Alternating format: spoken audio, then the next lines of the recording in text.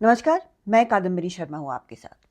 आपने बांग्लादेश की पूर्व पीएम शेख हसीना के बारे में पढ़ा होगा कि उन्हें ढाका की जो इंटरनेशनल क्राइम्स ट्रिब्यूनल है, उसने मौत की सज़ा सुनाई है। कहा है कि उन्होंने मानवता के खिलाफ अपराध किए हैं। 1400 लोग जो हैं वो 2024 में जो हिंसा हुई थी सरकार के खिलाफ, जो विरोध प्रदर्शन हुए थे, उसमें मारे गए थे और कईयों को निशाना बनाकर सिक्योरिटी फोर्सेस ने मारा था। और जो ट्राइब्यूनल है उसका ये मानना है कि शेख हसीना को इसके बारे में पता था।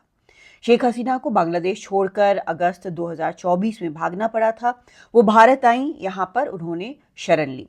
शेख हसीना ने इस कोर्ट के फाइंडिंग्स को, इसके वर्डिक्ट को बिल्कुल बेकार बताया है। कहा है कि ये प्रोसीडिंग्स जो हैं वो बिल्कुल बेकार थी, उनका पक्ष नहीं सुना गया, बिल्कुल ये शैम है, बिल्कुल कंगारू कोर्ट है, इस तरह की चीज़ उन्होंने कही। और बांग्लादेश ने अब भारत से मांग की है कि शेख हसीना को उन्हें वापस सौंपा जाए। तो उनका ये कहना है कि भारत और बांग्लादेश के बीच जो एक्स्ट्रेडिशन ट्रीटी है, जो प्रत्यर्पण संधि है, उसको भारत ऑनर करे और शेख हसीना को उन्हें वापस सौंप दिया जाए, ताकि उनके खिलाफ जो भी कानूनी कार्रवाई हुई है, जो सज़ा सुनाई गई है, जो बाकी जो लीगल प्रक्रिया है, वो वहाँ पर उनके खिलाफ चले। सवाल ये उठता है कि क्या भारत शेख हसीना को बांग्लादेश को सौंपेगा? लॉजिक ये कहता है, जो पुराना जो इतिहास है, वो सारी चीज़ों को मिलाकर देखने पर लगता है कि भारत जो है ऐसा बिल्कुल नहीं करेगा। भारत के शेख हसीना को वापस बांग्लादेश भेजने के चांसेस ज़ीरो हैं। ये मैं क्यों कह रही हूँ? क्योंकि भारत जो है वो मानता है कि शेख हसीना सबसे मजबूत, सबसे करीबी सहयोगियों में से भारत के एक रही हैं। असल में जब भी बांग्लादेश में खालिदा जिया का शासन हुआ है, भारत के खिलाफ वहाँ पर एक्टिविटीज़ बहुत ज़्यादा हुई। लेकिन जब से शेख हसीना का वहाँ पर रूल हुआ, उसके बाद उन्होंने भारत के खिलाफ एक्टिविटीज़ पर सख्ती से रोक लगाई। और भले ही उन्हें यहाँ पर वाटर शेयरिंग को लेकर प्रॉब्लम हुई हो, पश्चिम बंगाल की तरफ से उसमें समस्या हुई हो, लेकिन तब भी उन्होंने बाकी चीज़ों पर इसका साया नहीं पड़ने दिया। कई समझौते हुए, कई व्यापार के भी समझौते हुए, जो कॉलोनीज़ थी उनकी सीमा के आर पार उनकी अदला बदली हुई, वो एक मामला सेटल हुआ। तो बहुत सारी चीज़ें जो है उनके रहते रहते भारत के साथ सेटल हुई और भारत के साथ उनके काफ़ी अच्छे रिश्ते रहे।